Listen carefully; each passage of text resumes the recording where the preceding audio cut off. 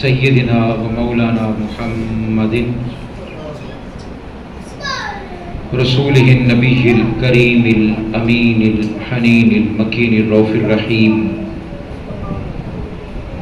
اما بعد فاعوذ باللہ من الشیطان الرجیم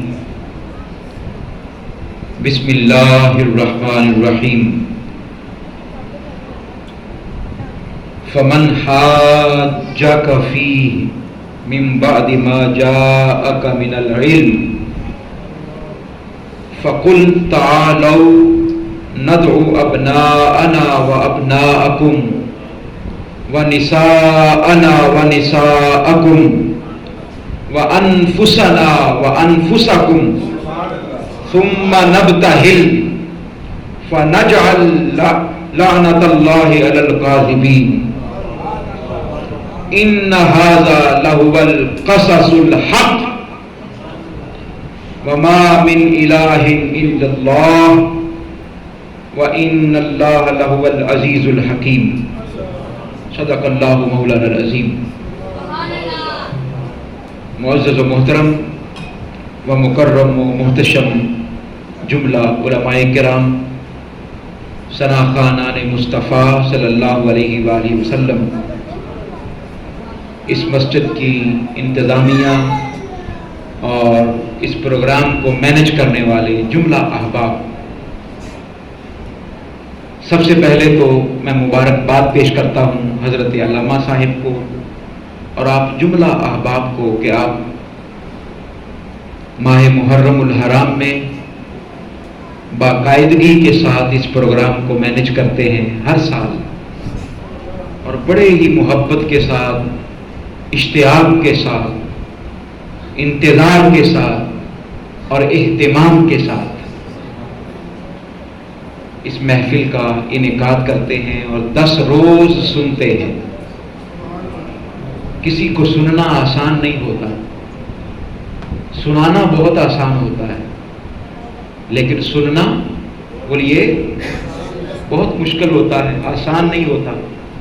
تو آپ کی ہمت ہے، پھر بھی حوصلہ ہے کہ ہم جیسے نکموں کو سنتے ہیں۔ دعا کریں کہ اللہ پاک مجھے حق کہنے کی اور ہم سب کو اس پر عمل کرنے کی توفیق عطا فرمائے۔ آج کا جو موضوع ہے جو مجھے دیا گیا، میں چاہتا ہوں کہ چند ضروری باتیں اس حوالے سے آپ کے سامنے عرض کروں۔ ہمارا جو موضوع تھا وہ تھا پنج تن پاک۔ کیا موضوع ہے؟ یہی تھا نا؟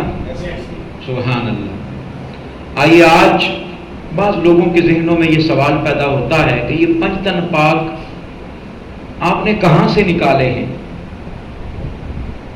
یہ کہاں سے آپ نے ٹرم لی ہے، یہ لفظ کہاں سے لیا ہے پنج تن پاک کا۔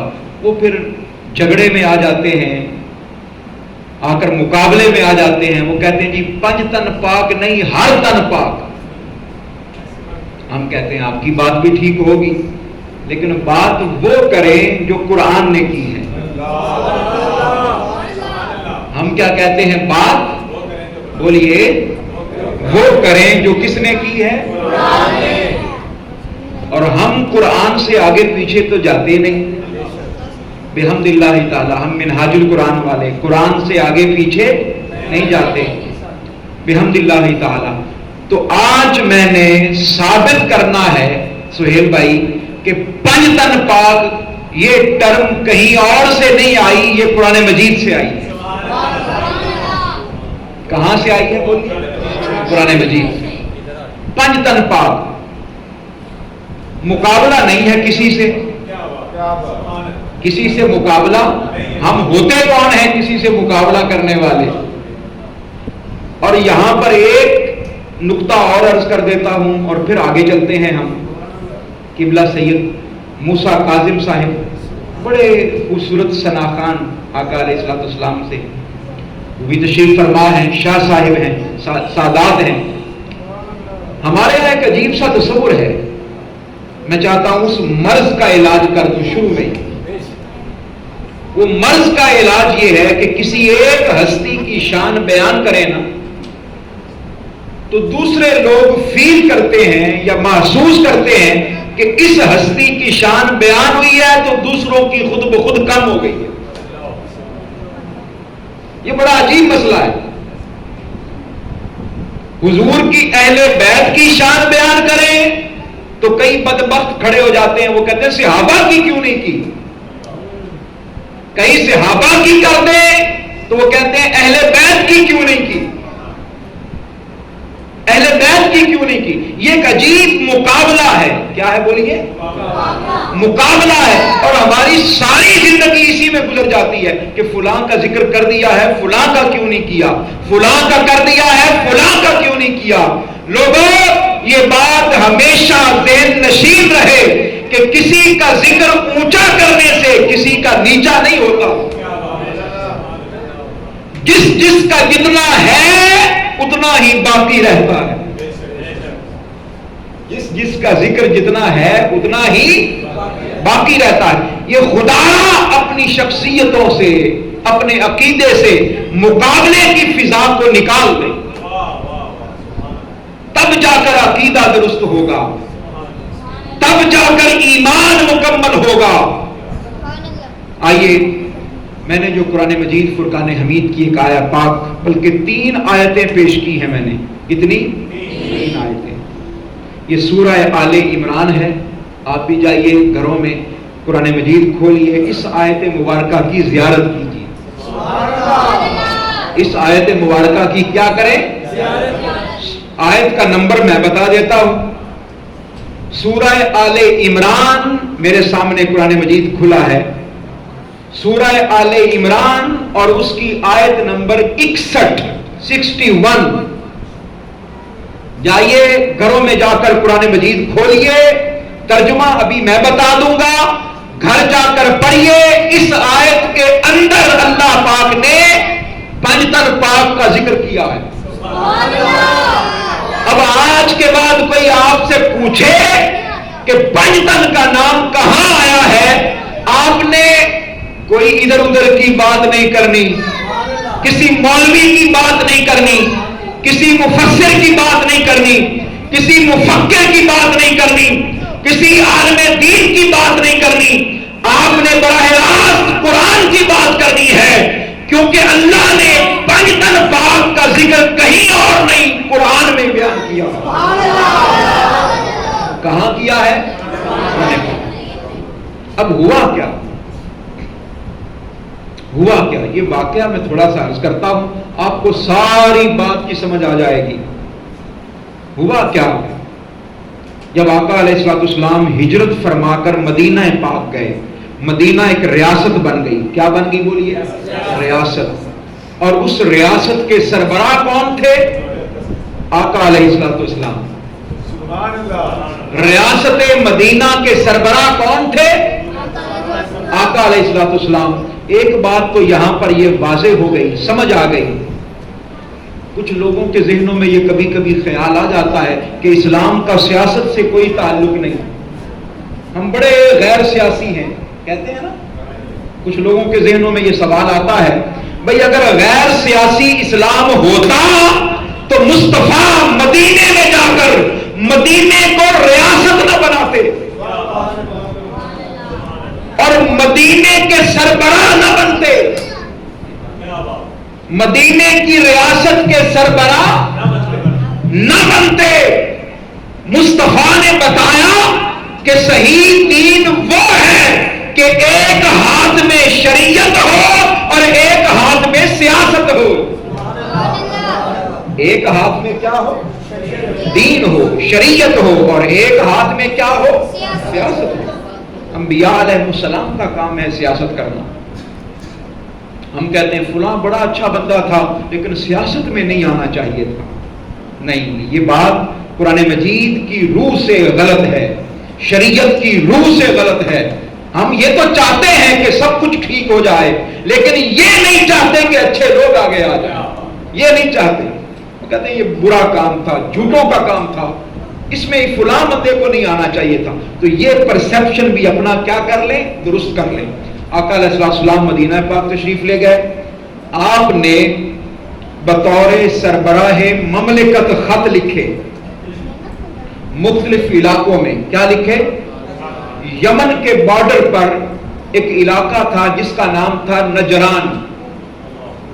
کیا نام تھا بولیے؟ نجران. پھر بولیے کیا نام تھا؟ نجران کا علاقہ تھا. وہ اتنا بڑا علاقہ تھا اور اتنے بڑے قبیلے، 70 قبیلے رہتے تھے وہاں پر. کتنے؟ 70 قبیلے رہتے تھے وہاں پر. ان 70 قبائل جو بڑے امیر تھے، اب اتنے امیر تھے اور اتنے، کیونکہ وہ ریاست روم جو رومن امپائر تھی اس کی سپورٹ حاصل تھی ان کو. عیسائی تھے، نصرانی تھے، 70 قبائل تھے. اتنے بڑے تھے کہ 1.25 لاکھ تو ان کی اپنی فوج تھی. کتنی بولیے؟ 1.25 لاکھ فوج تھی.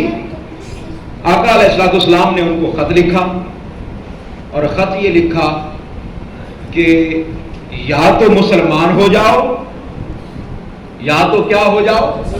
مسلمان ہو جاؤ. اور اگر مسلمان نہیں ہو سکتے تو اب مدینے کا سربراہ محمد بن عبداللہ ہے، محمد الرسول اللہ ہے. اب اسلام کا پھریرا 4 دانگ عالم میں پھیل رہا ہے. اگر تو مسلمان ہو جاتے ہو تو فبہا، اور اگر مسلمان نہیں ہوتے تو مسلمانوں کو اپنا ٹیکس دو، جزیہ دو، بطور ذمی ہمارے نیچے آ جاؤ، مسلمانوں کی سربراہی میں آ جاؤ. انہوں نے کہا اچھا یہ تو نیا حکمران آ گیا ہے. انہوں نے کیا کیا، وہ آقا علیہ الصلوۃ والسلام کی بارگاہ میں آئے. انہوں نے بہانے ڈھونڈنے شروع کر دیے حضور سے لڑائی کے. آقا علیہ الصلوۃ والسلام سے لڑائی کے کیا شروع کر دیے؟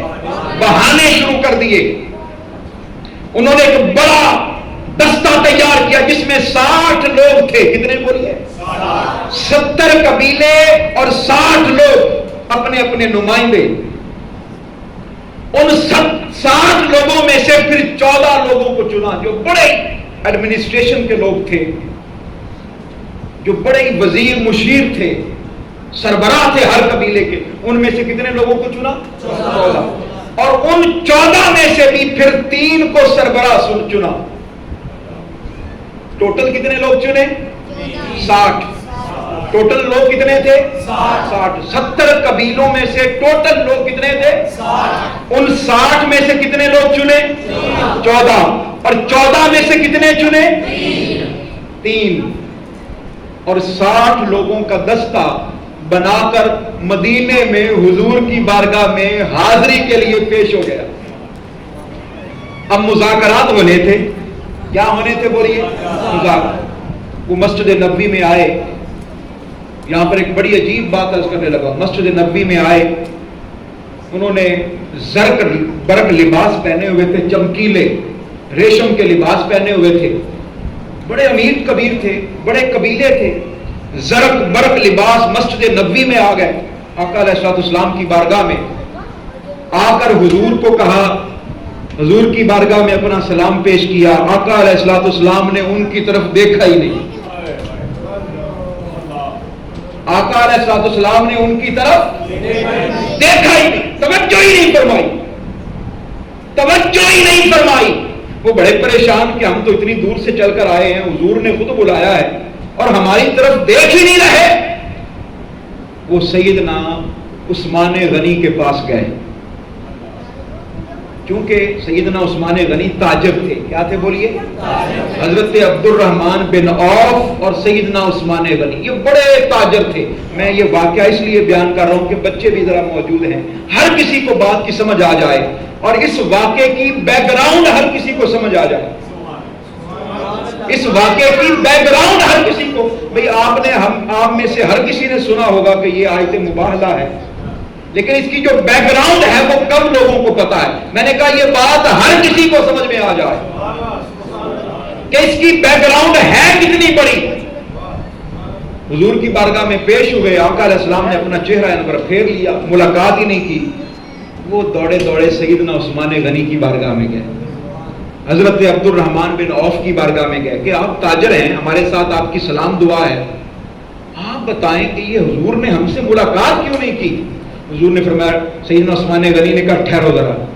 اس بات کا جواب نہ میں دے سکتا ہوں نہ کوئی اور دے سکتا ہے. آؤ ذرا مولا کائنات علی المرتضیٰ کی بارگاہ میں چلتے ہیں. کن کی بارگاہ میں چلتے ہیں؟ مولا کائنات. کیونکہ اللہ پاک نے مولا کائنات کو حضور کا رازدار بنایا ہے اور باب مدینۃ العلم، علم مصطفیٰ کا باب بنایا ہے، دروازہ بنایا ہے. جس کا مجھے نہیں پتا، عبد الرحمن بن عوف کو نہیں پتا، ہاں اگر پتا ہوگا تو علی المرتضیٰ کو پتا ہوگا. جیسے ہی مولا کائنات کی بارگاہ میں گئے، مولا کائنات نے خود چہرہ پھیرا. پوچھا گیا مولا کائنات آپ نے کیوں چہرہ پھیرا ہے؟ فرمایا کیوں پہلے بھی کسی نے پھیرا ہے؟ جی حضور کی بارگاہ میں گئے تھے، آقا علیہ السلام نے بھی نہیں دیکھا ہماری طرف. تو مولا کائنات فوراً بول پڑے اور بتا دیا کہ اے نصرانیوں، اے عیسائیوں، یہ تم نے جو لباس پہنا ہوا ہے نا، اور جو زیور پہنے ہوئے ہیں، سونا پہنا ہوا ہے، چاندی پہنی ہوئی ہے، یہ زیورات پہنے ہوئے ہیں، ہیرے جواہرات پہنے ہوئے ہیں، سنو یہ تفاخر، یہ تکبر مصطفیٰ کو پسند نہیں ہے. یہ حضور کو پسند نہیں. کتنا بڑا قبیلہ تھا لیکن حضور نے اس کی طرف دیکھا بھی نہیں. لیکن ان کے دلوں پر روب تھا حضور کا. ان کے دلوں پر بھئی کہاں حضور بیٹھے ہوں گے؟ مسجد نبوی میں چٹائی پر. کہاں بیٹھے ہوں گے؟ مسجد نبوی میں چٹائی پر بیٹھے ہوں گے. لیکن روب کتنا تھا. اللہ پاک نے حضور کو کچھ شانیں ایسی عطا کی ہیں جو پہلے نبیوں میں سے کسی کو بھی عطا نہیں ہوئی. کچھ شانیں ایسی عطا کی ہیں حضور کو جو پہلے نبیوں میں سے موسیٰ علیہ السلام کو بھی عطا نہیں ہوئی، عیسیٰ علیہ السلام کو بھی عطا نہیں ہوئی، یعقوب علیہ السلام کو بھی عطا نہیں ہوئی، یوسف علیہ السلام کو بھی عطا نہیں ہوئی، ابراہیم علیہ السلام کو بھی عطا نہیں ہوئی، اسماعیل علیہ السلام کو بھی عطا نہیں ہوئی، نوح علیہ السلام کو بھی عطا نہیں ہوئی، آدم علیہ السلام کو بھی عطا نہیں ہوئی. یا رسول اللہ بتائیے آپ کو کون سی شان عطا ہوئی؟ آقا علیہ السلام نے فرمایا لوگوں سنو، نصرت بالرعب مسیرۃ الشہر. کوئی بندہ ایک مہینے کی مسافت پر ہو، کتنی مسافت پر؟ ایک مہینے کی مسافت پر ہو اور میری بارگاہ میں آنے کا ارادہ کر لے، اللہ پاک اس کے دل میں میرا روب ڈال دیتا ہے. مجھے کہنے دیجیے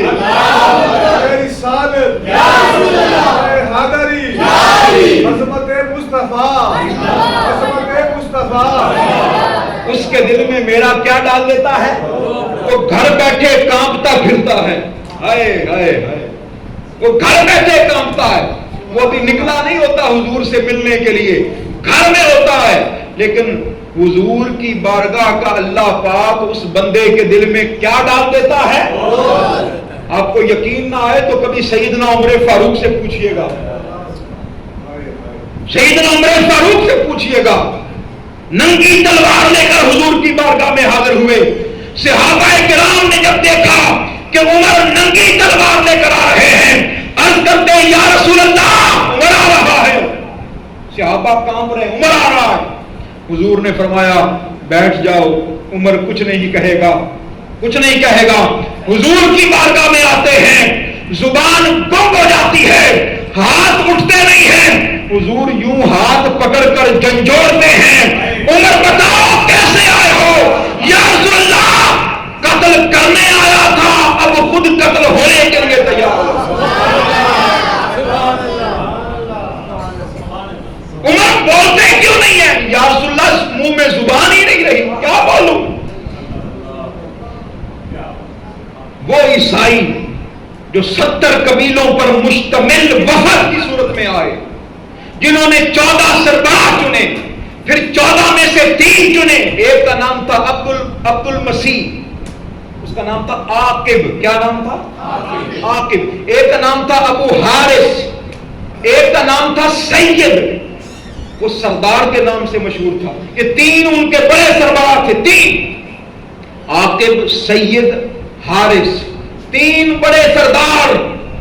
ایک اچھا جب حضور کی بارگاہ میں حاضر ہوئے نا مسجد نبی میں, سادہ سے کپڑے پہن کر آئے, اپنے فاخرہ لباس اتار دیے, سادہ سے کپڑے پہن کے آئے. ایک کہتا ہے تم بات کرو, ایسے کون نہیں مارتا, کون نہیں مارتا, کہتا تم بات کرو. دوسرا کہتا تم بات کرو, تیسرا کہتا تم بات کرو. 11 نہیں پڑھا, وفد سارا پیچھے ہے, سارے لوگ پیچھے موجود ہیں, ان کے پاس مال بھی ہے, ان کے پاس دولت بھی ہے, ہیرے جواہرات بھی ہیں, زیورات بھی ہیں, سواریاں بھی ہیں, زمینیں بھی ہیں, فوجوں بھی ہیں, لیکن 11 نہیں کہ مصطفیٰ کی بارگاہ میں زبان کھول سکے. ایک کہتا ہے تم بات کرو, دوسرا کہتا ہے تم بات کرو, تیسرا کہتا ہے تم بات کرو. حضور کہتے ہیں رک جاؤ, میں بات کرتا ہوں, تم کیا کہنے آئے ہو, سنو کیا کہنا چاہتے ہو. ان کا یہ ہے محمد, ہم نے یہ سنا ہے کہ تو ہمارے صاحب کو برا کہتا ہے. ہمارے صاحب کو کیا کہتا ہے؟ برا کہتا ہے. اخبارنا, ہمیں خبر ملی ہے, انتشتم صاحبنا, تو ہمارے صاحب کو کیا کہتا ہے؟ برا کہتا ہے. حضور نے فرمایا کون تمہارا صاحب؟ کہ سیدنا عیسیٰ علیہ السلام. آپ نے فرمایا نہیں, میں نے تو کبھی ایسا کچھ نہیں کہا. کہ ہم نے سنا ہے کہ تم برائی بیان کرتے ہو. فرمایا میں تو کہتا ہوں کہ وہ روح اللہ ہے, وہ عبد اللہ ہے, وہ کلمت اللہ ہے. 3 شانیں بیان کی حضور نے, کتنی؟ 3. فرمایا وہ روح اللہ ہے, وہ عبد اللہ ہے, اور وہ کلمت اللہ. انہوں نے کہا یہی تو برائی ہے. ہم کہتے ہیں وہ نہ کلمت اللہ ہے, نہ وہ روح اللہ ہے, نہ وہ عبد اللہ ہے, وہ تو ابن اللہ ہے, وہ تو اللہ کے بیٹے ہیں. آپ نے فرمایا یہ تم کیسے کہتے ہو؟ ان کا کیا سیدنا عیسیٰ علیہ السلام کا باپ تھا؟ باپ تھا؟ آپ نے فرمایا نہیں. فرمایا جس کا باپ دنیا میں نہیں ہے تو پھر اس کا باپ کون ہے؟ پھر اس کا باپ کون ہے؟ بس آقا علیہ السلام خاموش ہوئے. اللہ پاک نے فرمایا جبریل جلدی دوڑ, میرے محبوب سے کہہ دے کہ ان کا تو صرف باپ نہیں ہے, آدم علیہ السلام وہ ہستی ہے جن کا باپ بھی نہیں ہے, جن کی ماں بھی نہیں ہے. ان کی زبانیں گم ہو گئی, زبانیں گم ہو گئی, کلیجہ چر کر منہ کو آ گیا, دلیلیں ختم ہو گئی, باتیں ختم ہو گئی. کہنے لگے محمد ہم پھر بھی نہیں مانتے. اور میں ٹھیک ہے نہ مانو. 3 دن مناظرہ جاری رہا. کتنے دن؟ 3 باتیں ہوتی. وہ آتے آ کر حضور کو دیکھتے رہتے, آقا علیہ السلام توجہ ہی نہ فرماتے. تیسرے دن سنیے, تیسرے دن بڑی عجیب بات ہوئی. آقا علیہ السلام نے فرمایا اچھا اب بات کسی کنارے نہیں پہنچ رہی تھی نا. حضور نے فرمایا ایسا کرتے ہیں مباہلہ کر لیتے ہیں. اللہ پاک نے فرمایا محبوب ان سے کہے مباہلہ کر لیں. اب مباہلہ کیا ہے یہ سن لیجئے. 2 گروہ اکٹھے بیٹھ جائیں کھلے میدان میں. ایک کہیں کہ دعا بد دعا کریں دوسرے کے حق میں کہ میں سچا ہوں تم جھوٹے ہو, میں سچا ہوں تم جھوٹے ہو, اور جو جھوٹا ہے وہ تباہ و برباد ہو جائے, اس پر اللہ کی لعنت ہو. پھر وہ کہیں کہ ہم سچے ہیں تم جھوٹے ہو, اور جو جھوٹا ہے اس پر کیا ہو؟ اللہ کی. سبحان اللہ, سبحان اللہ. تیاری ہو گئی. ادھر سے اللہ پاک کی طرف سے آیت مبارکہ نازل ہو گئی. یہ آیت مبارکہ, اور یہاں پر ایک عجیب بات آپ کو عرض کروں, اس آیت مبارکہ کو معمولی نہ سمجھنا. اس آیت مبارکہ کو معمولی نہ سمجھنا. اس آیت کے آنے سے پہلے مضمون بنانے کے لیے اللہ پاک نے 80 آیتیں اتاری ہیں. کتنی؟ صرف اس آیت کا مضمون بنانے کے لیے، اس آیت کی شان بنانے کے لیے پیچھے ساری توحید کی بات ہو رہی ہے. پڑھتے جائیں، اگر کبھی موقع ملے تو اس پوری آیت مبارکہ سے پہلے 80 آیتیں پڑھیں. توحید کی بات، شرک کی بات، توحید کی بات، شرک کی بات، یہودیوں کی بات، نصرانیوں کی بات، عیسائیوں کی بات. اب جا کر فرمایا محبوب اگر یہ بات بھی نہیں مانتے، وہ بھی نہیں مانتے، یہ بھی نہیں مانتے، یہ بھی نہیں مانتے، تو ان سے کہیں تعالو ندعو ابناءنا و ابناءکم و نساءنا و نساءکم و انفسنا و انفسکم. محبوب ان سے کہو کہ تم اپنے بیٹوں کو بلاؤ، ہم اپنے بیٹوں کو بلاتے ہیں. تم اپنی عورتوں کو بلاؤ، ہم اپنی عورتوں کو بلاتے ہیں. تم اپنے نفسوں کو بلاؤ، ہم اپنے نفسوں کو بلاتے ہیں. محبوب ان سے کہو بلاتے ہیں. مقام طے ہو گیا، جگہ کا انتخاب ہو گیا کہ کل وہاں پر ہم جمع ہوں گے. تم بھی اپنے مددگاروں کو بلا لو. مصطفیٰ نے کہا میں بھی اپنے مددگاروں کو بلاؤں گا، میں بھی بلا لوں گا. اب بتانا چاہتا ہوں پنجتن پاک کہاں سے نکلے. اب بتانا چاہتا ہوں پنجتن پاک کہاں سے نکلے، پنجتن پاک کی اصطلاح کہاں سے نکلی. کبھی گھبرانا نہیں ہے. خدا کی عزت کی قسم، ہمارا عقیدہ کسی کتاب سے نہیں نکلتا، ہمارا عقیدہ قرآن سے نکلتا ہے.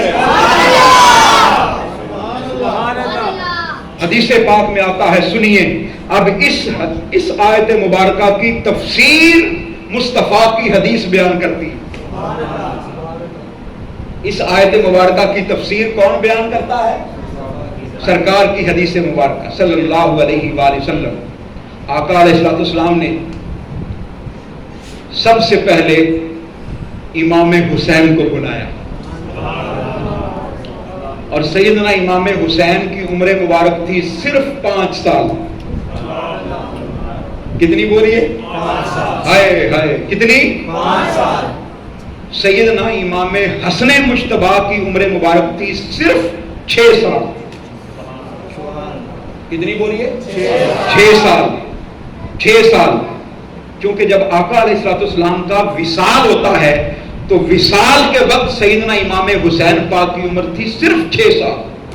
1 سال کے بعد آقا علیہ السلام کا وصال ہو گیا. اس واقعے کے 1 سال کے بعد آقا علیہ السلام کا وصال ہو گیا. یہ 9 ہجری کا واقعہ. سب سے پہلے حضور نے کس کو بلایا؟ بولیے نا. پھر آقا علیہ السلام نے کس کو بلایا؟ سیدنا امام حسن پاک کو. حسین چھوٹے کو سب سے پہلے بلایا. اب میں سارا انداز آپ کو بتاؤں گا، آپ یقین کریں آج مدینے کی گلیوں میں گھومیں گے. ہائے ہائے بڑا منظر پیدا ہونے والا ہے. حضور نے سب سے پہلے کس کو بلایا؟ لشکر تیار ہو رہا ہے. سنیے، اور لشکر تیار ہو رہا ہے اللہ کی توحید کو ثابت کرنے کے لیے. معاملہ چھوٹا نہیں تھا. معاملہ چھوٹا کسی چودھری کی عزت کا معاملہ ہو جائے نا، کسی چودھری کی عزت پر، کسی چودھری صاحب پر الزام لگ جائے، کیا لگ جائے، تو آپ کیا کریں گے؟ آپ کہیں گے جی علاقے دے معزز لوگوں کو بلا لو تے فیصلہ کر لینے ہیں. تو معزز لوگ ڈھونڈے جائیں گے نا، معزز لوگ ڈھونڈے جائیں گے. قربان جائیں، یہ کسی چودھری کی بات تو ہو نہیں رہی، یہ کسی ایم پی اے کی بات تو، کسی ایم ایل اے کی بات تو ہو نہیں رہی، کسی وزیر اعظم کی بات تو، کسی فرشتے کی بات تو، بلکہ مجھے کہنے دیجیے کسی نبی کی بات بھی تو کس کی عزت کا معاملہ ہے؟ ہائے ہائے اگر میرے جملوں کو آپ سمجھ پائیں، خدا سمجھیں، اہل بیت کی شان کو سمجھیں، پنجتن پاک کے مقام کو سمجھیں. عزت کا معاملہ تھا مولا کی عزت، ساری کائنات کے مالک کی عزت، سارے نبیوں کے پیدا کرنے والے کی عزت، ساری مخلوقات کے مقام اور مرتبے کو سامنے رکھیے.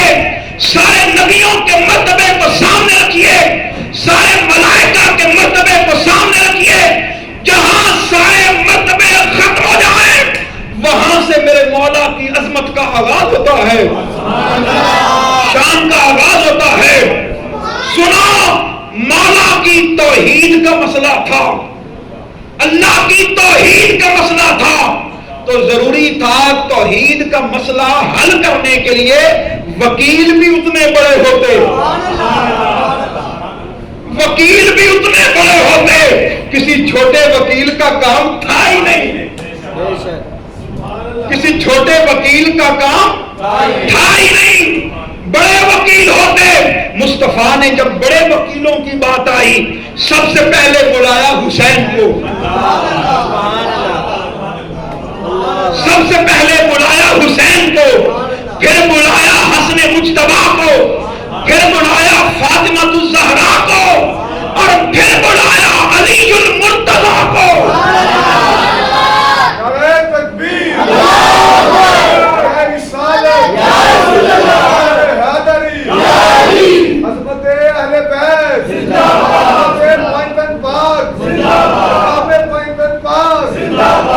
کتنے ہو گئے؟ نہیں، 4 ہوئے، 5ویں تھے مصطفیٰ خود۔ کتنے ہو گئے؟ 5۔ میں نے کہاں سے ثابت کیا؟ قرآن پاک سے۔ 5 تن پاک ہو گئے۔ اب اگلا جملہ سنیے گا، یہ بھی حدیث پاک، حضرت عبداللہ ابن رواحہ اس حدیث پاک کو بیان کرتے ہیں، کہتے آقا علیہ السلام نے سب سے پہلے متحزن حسین ابن علی، آقا علیہ السلام نے امام حسین پاک کو گود میں اٹھایا۔ امام حسین پاک کو کیا؟ اب منظر دیکھیے گا، آنکھیں بند کریں، امام حسین پاک کو گود میں اٹھایا، وآخذ بید حسن ابن علی، امام حسن پاک کی انگلی پکڑی، حسین کو اٹھایا گود میں، حسن پاک کی پکڑی انگلی، وخلفہ فاطمہ بنت محمد، اور سیدہ کائنات کو اپنی پشت کے پیچھے کھڑا کیا۔ اب یہ قافلہ دیکھیے گا، یہ قافلہ دیکھیے گا، سیدہ کائنات حضور کی پشت کے پیچھے، وخلفہا علی بن ابی طالب، اور سیدہ کائنات کے پیچھے مولا کائنات علی بن مرتضیٰ۔ کتنے لوگ ہو گئے؟ 5۔ پھر بولیے 5۔ اچھا، بات لوگوں کو سمجھ نہیں آتی، یہ 5 کو ہی 5 کہتے ہیں۔ 5 کو ہی کیا کہتے ہیں؟ پنجابی میں 5 کہہ دیتے ہیں، اردو میں 5 کہہ دیتے ہیں، تو وہ کہتے ہیں پتہ نہیں یہ 5 آپ نے کہاں سے نکال لیا۔ خدا کی عزت کی قسم، اس کو پنجابی میں 5 کہتے ہیں، اردو میں 5 کہتے ہیں، انگلش میں 5 کہتے ہیں، اور عربی میں 5 کہتے ہیں۔ میں نے سارے ترجمے کر کے بتا دیے، جس کو جو زبان آتی ہے فوراً سمجھ جائے۔ 5 تن پاک یا 5 تن پاک، مصطفیٰ نے حسین کو پکڑا اور انگلی نے حسن مجتبیٰ کو پکڑا، سیدہ کائنات حضور کی پشت کے پیچھے، ان کے پیچھے مولا کائنات۔ جیسے یہ قافلہ چلا، وہ جو ابو حارثہ تھا نا، ابو حارثہ وہ تورات کا عالم تھا، کیا تھا بولیے؟ ادھر سے انہوں نے بھی 3 لوگوں کا انتخاب کیا، ابو حارثہ، پھر عبد المسیح، اور پھر سید، ان 3 لوگوں کا انتخاب کیا۔ باقیوں کو کہا تھا تم پیچھے رہنا، جب ہم بلائیں تو آنا۔ جب انہوں نے دیکھا منظر اب آپ کی آنکھوں کے سامنے ہے، ادھر سے مصطفیٰ چلے، ادھر سے حسین ابن علی چلے، ادھر سے حسن مجتبیٰ چلے، سیدہ کائنات چلی، اور حضور نے علی المرتضیٰ کو کہا، اے علی ذرا دھیان رکھنا، اے فاطمہ ذرا دھیان رکھنا، سب سے پہلے قدم ہوگا حسن کا، حسن کے قدموں پر پاؤں آئے گا میرا، اور میرے پاؤں پر پاؤں آئے گا فاطمہ کا، اور فاطمہ کے پاؤں پر پاؤں آئے گا علی کا۔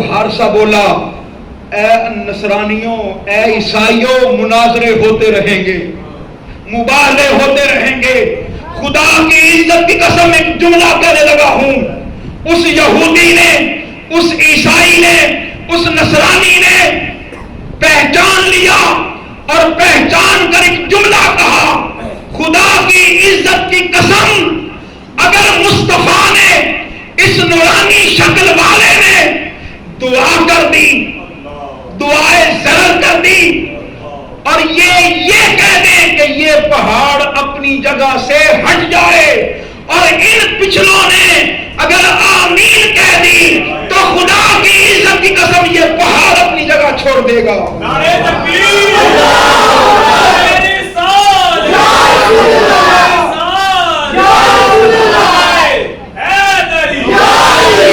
یہ پہاڑ بھی اپنی جگہ چھوڑ دے گا۔ خدا را ان سے مباہلہ نہ کرنا، ان سے مباہلہ نہ کرنا۔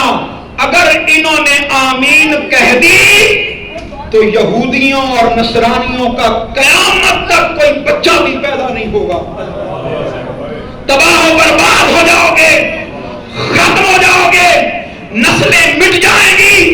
یہاں پر رک کر ایک جملہ کہنا چاہتا ہوں، رک کر کبھی کبھی ہم پریشان ہو جاتے ہیں کہ آقا علیہ الصلوۃ والسلام کی ناموس پر حملہ ہو جاتا ہے، بدبخت حملہ کر دیتے ہیں، گستاخی کر دیتے ہیں۔ سنو، جو مصطفیٰ کی شان میں گستاخی کرتا ہے، اللہ پاک کا وعدہ ہے ان شانیہ کا هو الابتر، محبوب جو تیرا دشمن ہوگا وہ بے نام و نشان ہوگا، اس کی نسلوں میں سے باقی کوئی نہیں بچے گا۔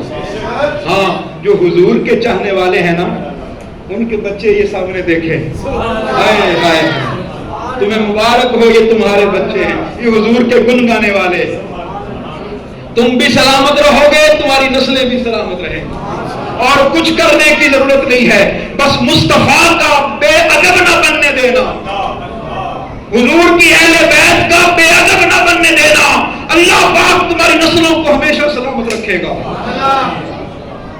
آئیے اب ہوا کیا سنیے، انہوں نے فیصلہ یہ کیا کہ حضور سے مباہلہ نہیں کرنا، ہاں جائیں گے اپنے علاقے میں، کیونکہ ان کی بڑی عزت تھی۔ قافلہ چل پڑا، آقا علیہ الصلوۃ والسلام نے حضرت عبداللہ ابن رواحہ کو ساتھ بھیجا۔ جب چل پڑے، اب آخری بات کرتا ہوں، گفتگو یہاں پر ختم کر دوں گا، میں نے چاہا کہ اس واقعے کو مکمل کر لوں۔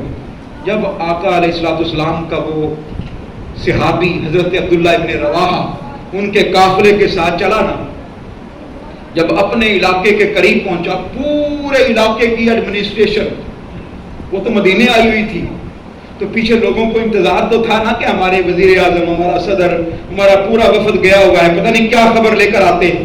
جب ان کو پتہ چلا کہ قافلہ واپس آ رہا ہے تو وہ سارے استقبال کرنے کے لیے باہر آ گئے۔ ذرا تصور کریں، ہاتھوں میں پھولوں کے ہار لیے کھڑے کہ پتہ نہیں جیت کر آئے ہوں گے، جیت کر آئے ہوں گے۔ یہ تو ابو حارثہ تھا نا، اس کا بڑا مقام تھا، بڑا مرتبہ تھا، اور سید اس کا بھی بڑا مرتبہ تھا۔ جیسے یہ قریب پہنچے تو ابو حارثہ کا بھائی تھا، اس کا نام تھا بشر۔ کیا نام تھا؟ بشر۔ اس کے پاؤں کو ٹھوکر لگی تو وہ گر گیا، اس کے پاؤں کو کیا لگی؟ ٹھوکر، اور وہ گر گیا۔ اس کے منہ سے اچانک ایک جملہ نکلا، تیرا برا ہو، تیرا برا ہو۔ اب چونکہ حضرت عبداللہ بن رواحہ بھی ساتھ تھے، تو ابو حارثہ نے سوچا کہ کہیں ایسا نہ ہو کہ حضرت عبداللہ ابن رواحہ یہ سمجھیں کہ میرے بھائی نے ان کے نبی کو برا کہا ہے، میرے نبی کو برا کہا ہے۔ اس نے کہا رک جاؤ اے بشر، رک جاؤ، کس کو برا کہا ہے؟ خدا کی عزت کی قسم، انہو نبی مصدوق، ہم جس کے پاس سے آئے ہیں وہ ایسا نہیں ہے، وہ تو بڑا ہی اچھا نبی ہے اور صادق ہے اور سچا ہے۔ اچھا، وہ جب بشر نے یہ سنا نا، یہ سنا، وہ گھوڑے پر سوار تھا تو فوراً مدینے کی طرف بھاگا، مدینے کی طرف بھاگا۔ تو پیچھے سے اس نے روکا، اس نے کہا میں نے جو جملہ کہا ہے وہ سچا نہیں کہا، جھوٹا کہا ہے کہ کہیں ہماری شکایت نہ حضور کی بارگاہ میں ہو جائے۔ میں نے تو اس لیے کہا تھا۔